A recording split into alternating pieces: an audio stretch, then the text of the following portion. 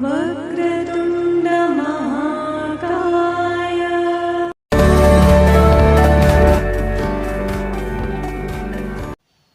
Hello friends, welcome to our channel. బేతాళుడు చెప్పిన 7వ కథ ఏమిటో చూద్దామా?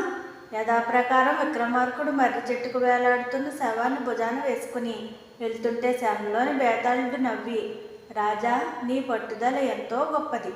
ముందు తరాల వారికి నీ పట్టుదల కూడా ఆదర్శం. నేను అడగబోయే 7వ ప్రశ్నకు సంబంధించిన చిన్న కథ విను అంటూ మొదలుపెట్టాడు. విక్రమార్క, భూపాలపురంలో మోహనుడనే శ్రీమంతుడికి దయానందుడనే కొడుకు ఉండేవాడు.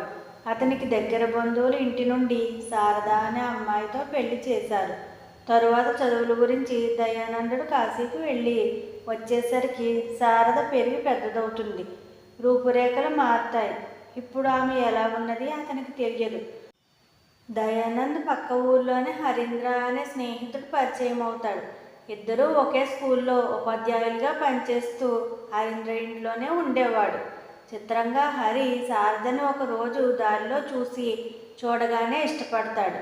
చాలా రోజులు బయటకు చెప్పుకోలేక దాచుకోలేక ఇబ్బంది పడతాడు. ఒకరోజు దయానంద్కి చెప్తాడు. అప్పటికి శారద అతని భార్యని అతనికి తెలియక దయానంద్ కూడా మాట ఇచ్చేస్తాడు.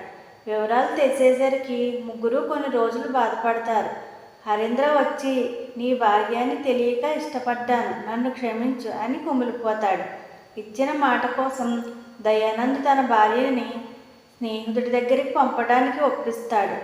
నా వల్ల ఇలా జరగటం ఏమిటి అని హరి బావిలోకి దూకి చనిపోతాడు. భర్త మాటకి ఎదురు చెప్పలేక ప్రశాంతంగా ఉండలేక శారద కూడా అదే బావిలో దూకి చనిపోతుంది. ఇద్దరు చావులకు కారణమయ్యానేమిటి అని దయానంద్ కూడా అదే బావిలోకి దూకి చనిపోతాడు. ఇది కథ. ఇప్పుడు చెప్పు రాజా, వీరిలో దోషులెవరు అని అడుగుతాడు బేతాళుడు.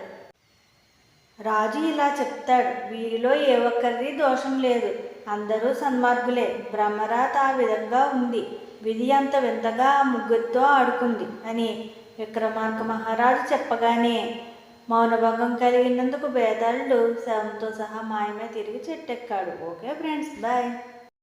Please like, share and subscribe friends, and don't forget to on the bell icon.